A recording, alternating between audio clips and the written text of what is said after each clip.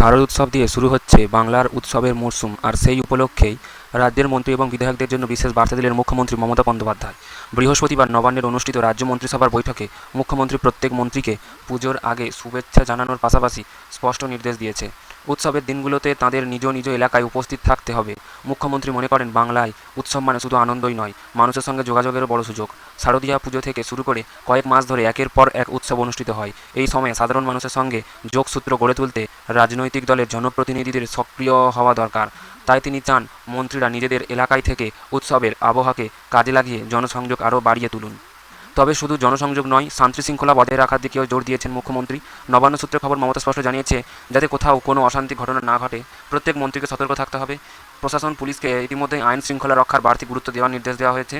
একই সঙ্গে মুখ্যমন্ত্রী আশঙ্কা প্রকাশ করছেন, উৎসবের মরশুমে কিছু ব্যক্তি ইচ্ছাকৃতভাবে অশান্তি ছড়ানোর চেষ্টা করতে পারেন। শাসক দলের নেতা মন্ত্রীরা সজাগ থাকবেন এবং প্রয়োজনে অবিলম্বে পুলিশকে জানাবেন। এছাড়াও মুখ্যমন্ত্রী নেতাদের বিশেষভাবে আবেদন করেছেন যেন তারা কোনো অপ্রীতিকর মন্তব্য না করেন। তিনি মনে করিয়ে দেন, উৎসবের সময় অযথা মন্তব্য সংবাদ মাধ্যমের আলোচনার বিষয় হয়ে উঠতে পারে, তাই প্রত্যেককে বাক্য সংযম বজায় রাখতে হবে।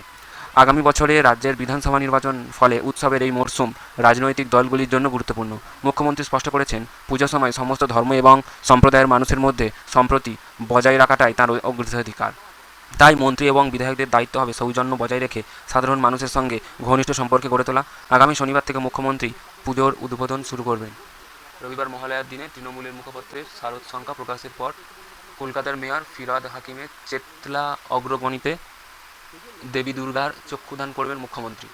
নবান্নের একটি সূত্র জানাচ্ছে, মন্ত্রিসভার পরবর্তী বৈঠক হতে পারে পুজোর পরে।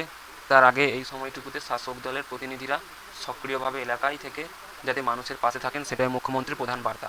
তিনি চান, উৎসবের আমেজে ভর করেই সরকার এবং দলের ভাবমূর্তি আরও দৃঢ় হোক।